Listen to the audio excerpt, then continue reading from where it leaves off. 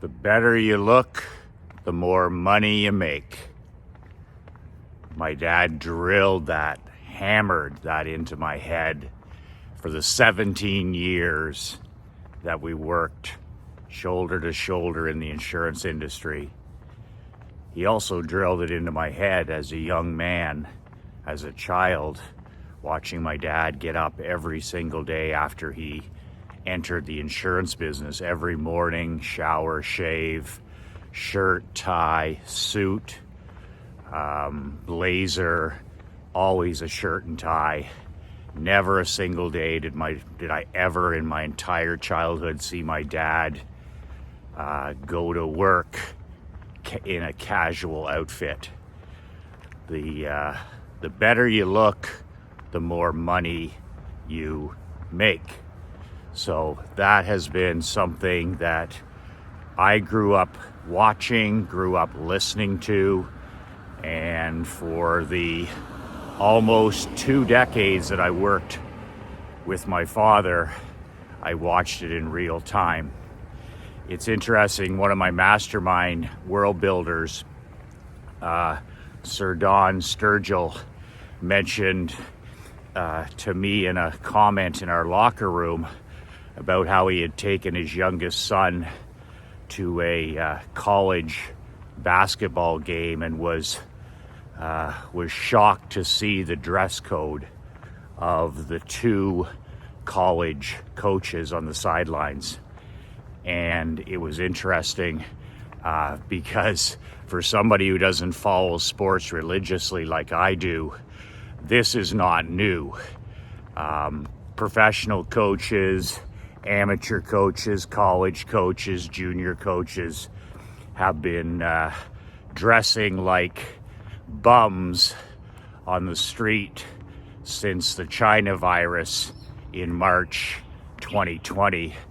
My hockey program, my team, the Perth Blue Wings, played the very last junior hockey game in Canada on a Wednesday night before the pandemic was announced, before the lockdowns, before the restrictions. We played a playoff game on a Wednesday night in our home arena.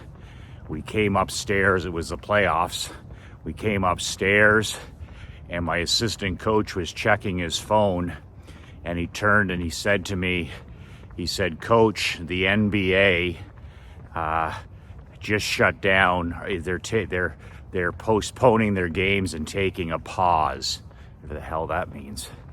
And we never played another game that season. I never saw those players again.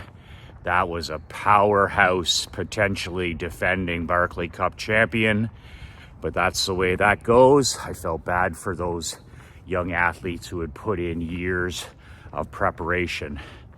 Nonetheless, it was the start of coaches in the professional leagues, the NBA especially, a little bit in the NHL, dressing like bums on the street. It all happened when the NBA and the NHL put together those closed games where they played in stadiums and arenas with almost no fans. So it was an opportunity for the players' unions and the owners. The owners bend it to them on their knees, and all of a sudden the players didn't have to dress up for games anymore, didn't have to wear a suit and tie to a game or appear in any professional form, because there was nobody coming to the games, right? The same way was the case for the head coaches, assistant coaches.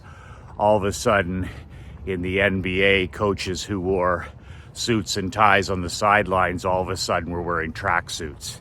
You saw a little bit of this in the NHL with coaches also wearing tracksuits, silly tracksuits behind the bench. It was almost like an Olympic tournament form. And that's exactly what it was. That's how Olympic coaches look there, but that's a different environment. That is a tracksuit environment. And they have the name badges and all that kind of stuff. And you're representing your country, for God's sakes. So The better you look, the more money you make. So in the last couple of years, almost 3 years now, the NBA used that opportunity, the pandemic, the China virus. They used that as another opportunity to lower standards for players to gain a little more power. They can dress any way they want. If you watch a typical NBA player, a potential role model, multi-million dollar athletes arriving at an arena or a stadium, dressed like they lost their luggage at the airport, dressed as gangsters, as bums on the street, as women, you name it. I just think of how the greatest of all time dressed, the greatest champion of all time. Not about himself, not shining a spotlight on himself, actually trying to get out of the spotlight, but a total badass cleaner like Michael Jordan. Not only was he the best player in the game, he was also the most professional.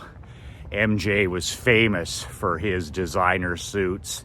Wouldn't drive a car that hadn't been washed that day before he drove it to the Chicago stadium. But the way he arrived said everything that needed to be said. I'm the best. I'm the most prepared. I'm the most mentally tough. And I'm a champion. This is how a pro operates. And it was the same for Larry Bird, and it's the same here. Like Steph Curry is another solid guy.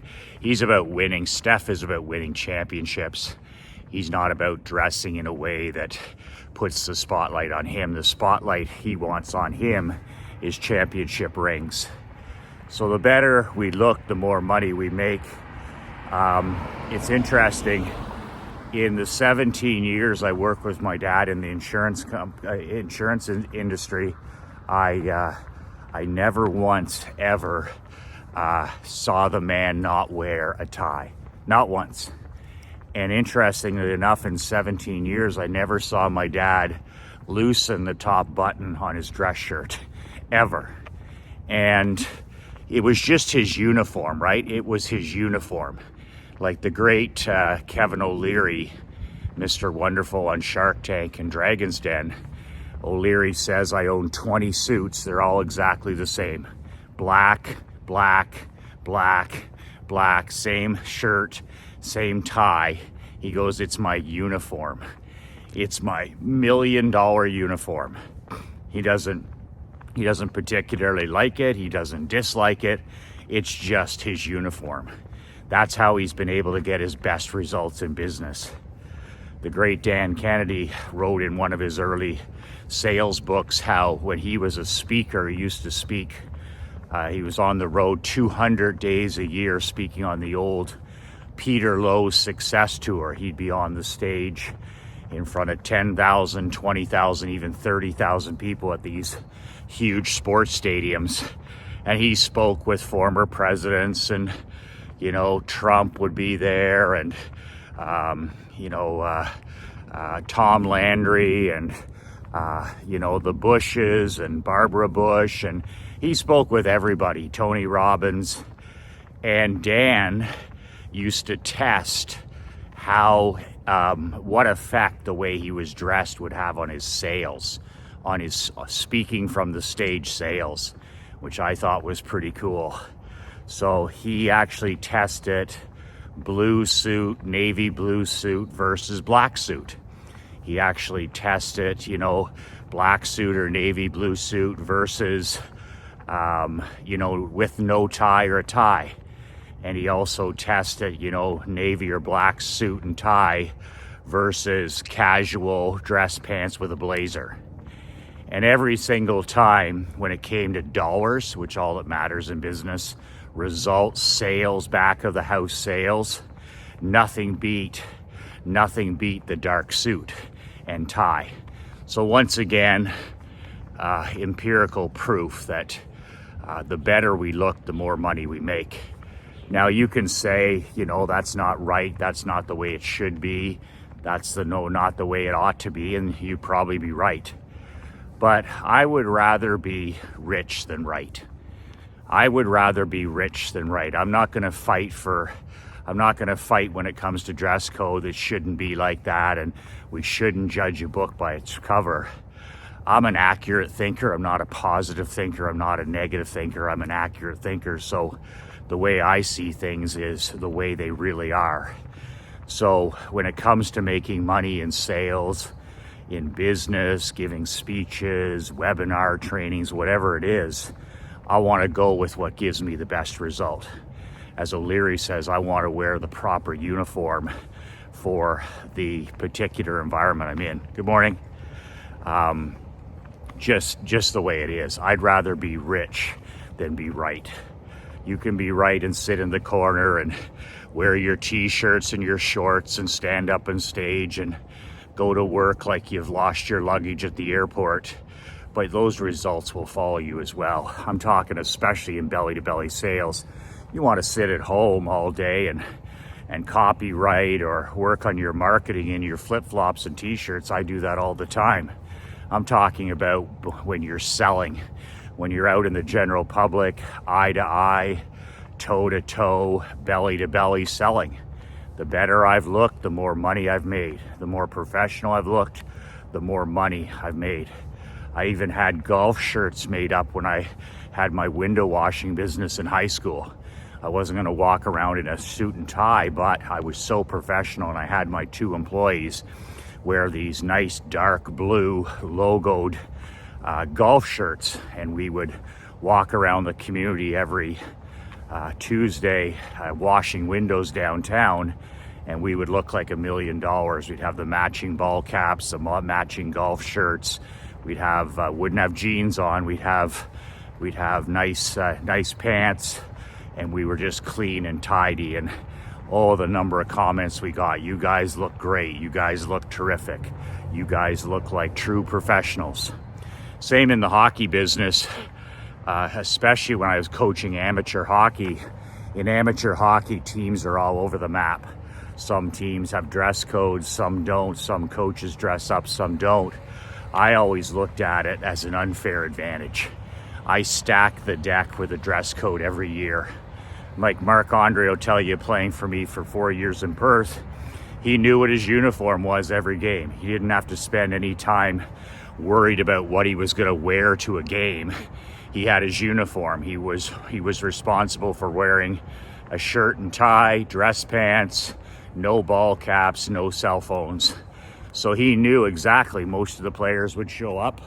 Most of the players would show up in a suit and tie, and the rest of the players would show up in a shirt and tie, and it just made such a difference. It stacked the deck in my favor. So we didn't have to worry about any of that stuff.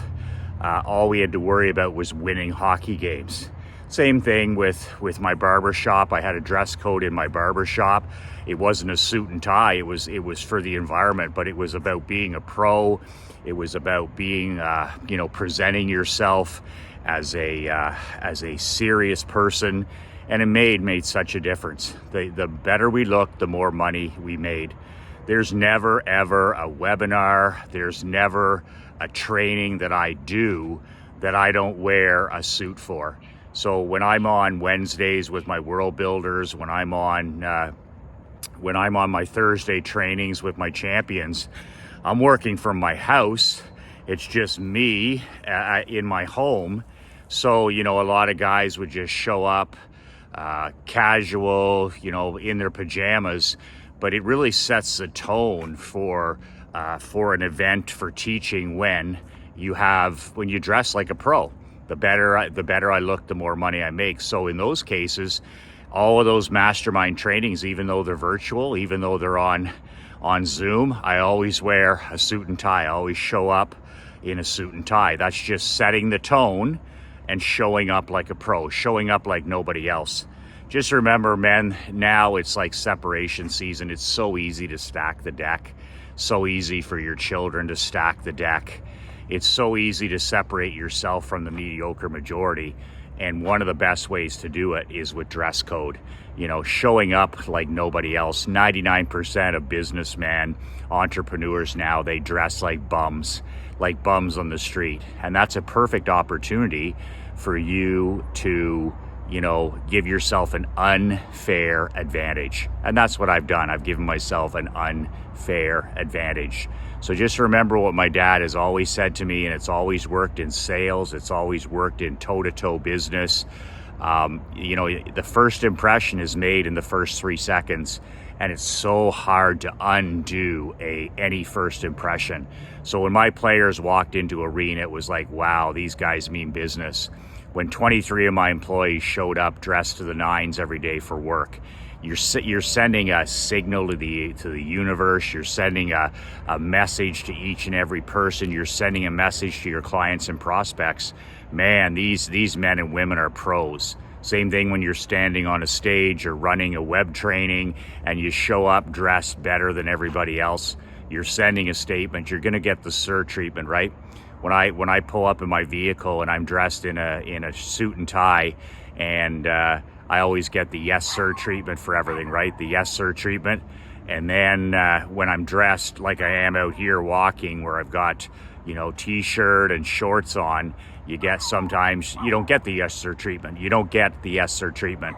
So it just again proves that every book is judged by its cover. And you can either accept that as reality or you can fight it. But at the end of the day, do you want to be right or do you want to be rich? For me, I just want to be rich. That's it for today. If you need some help with any of this stuff that I talk about each morning, buy my book at nobullbook.com. The next step is to subscribe to my Michael McLean World Building Letter. That's a monthly newsletter that I send to your home every single month. You can subscribe at badassletter.com, badassletter.com. And if you want to step up to the big leagues in one of my masterminds at badassworldbuilder.com. That's badassworldbuilder.com. That is my 12-month online mastermind. We meet every Wednesday for 2 hours, or every second Wednesday for 2 hours. Powerful, powerful association. Powerful, powerful accountability. Badassworldbuilder.com. That's it. Just remember what the great Frank McLean told me, and what I'm telling you now. Take your game to the next level, separate yourself, stack the deck, and give yourself an unfair advantage when it comes to selling and marketing and business success. The better you look, the more money you make. Kick ass and take names. 2 words that changed my life, 2 words that'll change your life. Be relentless.